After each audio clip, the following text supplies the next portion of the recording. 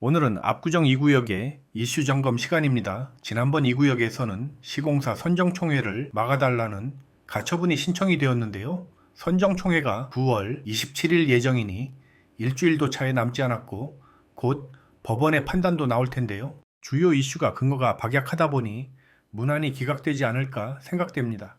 지난 토요일엔 새롭게 단지 인근에 현수막이 나붙었습니다. 이를 바탕으로 팩트 체크를 한번 해보겠습니다.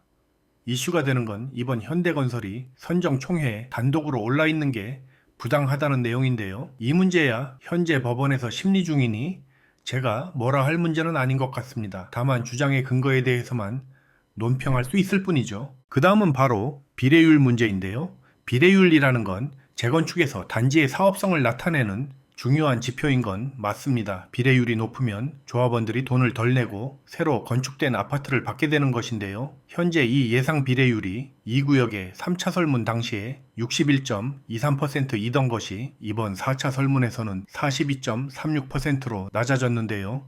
몇 달 만에 20%씩 낮아지는 비례율은 저도 생전 처음 봅니다. 그런데 이유를 알고 보면 이게 당연한 거예요. 올해 들어 압구정 집값이 40에서 50% 가까이 올랐는데요. 이번 설문조사에서 보듯이 그래서 이 구역 35평의 집값 추정치가 40.5억에서 66.5억으로 자그만치 60%가 오른 것으로 나오죠. 비례율이라는 말이 애초에 종전자산가 대비 종무자산가의 비율이거든요.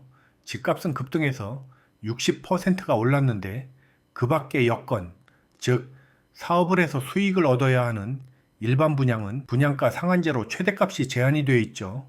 압구정 집값이 아무리 올라도 분양가는 그대로이다 보니 당연히 비례율이 낮아지는 거예요. 현재 재건축 룰에선 압구정의 집값이 오르면 오를수록 비례율은 낮아집니다. 물론 분양가도 찔끔 오르긴 할 건데요. 이건 한 차에 분양할 때마다 외지인들에게 로또 복권 한 장씩 발행하는 거예요. 압구정은 다른 지역의 재건축과는 그 성질이 매우 다릅니다. 현재 시장 가격으로 일반 분양을 할 수 있고 조합원들이 평수를 늘리지 않는다면 아마 이 구역의 비례율은 150%를 넘길 수도 있을 거예요.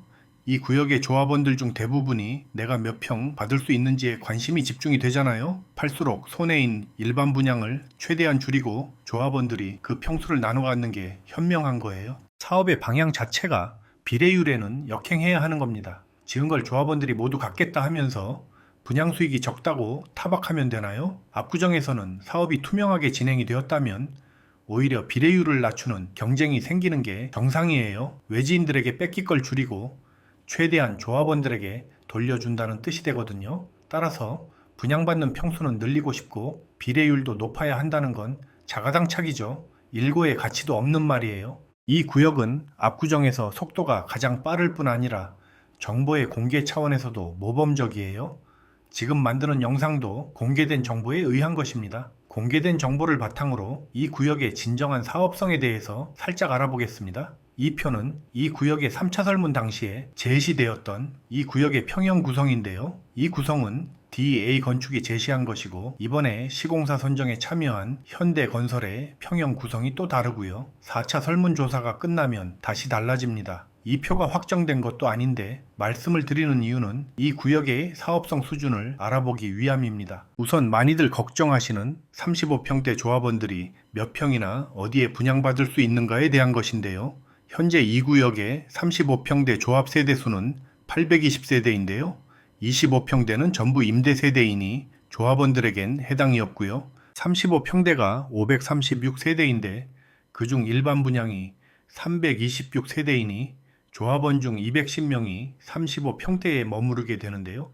결론만 말하면 이 구역 35평대 조합원들은 지어지는 35평대를 분양받고 싶어도 받기가 어렵습니다. 그 이유는 이 구역 내에서 다운그레이드, 즉 50평대 이상이나 같은 35평에서 35평으로 이동하거나 머무르길 원하시는 분들이 200명이 넘습니다. 따라서 여기 210세대는 자발적으로 35평대에 남길 원하시는 분들의 몫이라는 것이죠. 이 그림을 보면 연한 파란색이 35평대인데요. 이 위치들이 누구나 탐낼 만한 위치들이에요. 일선 조망이 파노라마로 나오는 위치들입니다. 조합원들의 평수를 늘리길 원하는 니즈를 수용하면서 또한 다운그레이드 시 좋은 조망에 배치해서 다운그레이드의 동기를 유발시키는 훌륭한 전략이라 할 수 있습니다. 여기 들어가는 게 바로 210세대에 해당이 되는 거죠. 뒤쪽에 있는 것들은 대부분 일반 문양분이고요. 이 일선 조망의 35평대는 이 구역에서도 권리가액이 높은 순서대로 가져갈 거예요. 현재 35평 세대에서는 그대로 남을 수 있다면 그것도 굿 초이스예요. 권리가액이 떨어지면 그것도 쉽지 않겠지만요. 다시 한번 말씀드리지만 이 표나 배치도는 확정된 것이 아닙니다. 앞으로도 몇 차례 의견을 수렴해서 결과가 반영이 될 텐데 마지막 확정안이 나오면 현재 조합원 순위로 몇 평을 받고 어디에 분양을 받을 수 있는지까지 예측을 해볼 수 있습니다. 이번 4차 설문조사가 나오면 다시 한번 분석을 해드리겠습니다. 대부분이 평수를 늘리길 원하지만 개인적인 성향이나 혹은 자금의 압박으로 다운그레이드를 선택하시는 분들도 늘어가는 분위기입니다. 상당한 분담금과 급증할 것으로 예상되는 보유세에 증가한 자금을 새로운 집에 투자한 후에 자녀들에게 상속 시 생기는 상속세 부담 등 고려해야 할 부분이 많습니다. 그래서 다운그레이드를 선택하시는 분들이 생각보다 많은 겁니다. 이 구역은 이러한 분양평수 이슈에서는 축복받은 단지입니다. 압구정의 다른 구역들에서 이 구역이 진정한 위너라 말하는 이유가 있는 겁니다. 어떤 단지에서 나는 제일 작은 거 받고 싶어도 마음대로 못 받는다는 말을 할 수 있겠습니까? 집값이 비싼 이유가 있는 겁니다. 며칠 남은 시공사 선정총회 잘 마치시고 사업이 순항하시길 바랍니다. 그리고 이번에 압구정동에 허위 매물 없는 매물 확인 앱을 만들었는데요. 네이버 부동산 같은 데서 보시면 허위 매물이나 이미 팔린 것들이나 가격 협의가 되지 않은 낮은 가격 매물이 많습니다.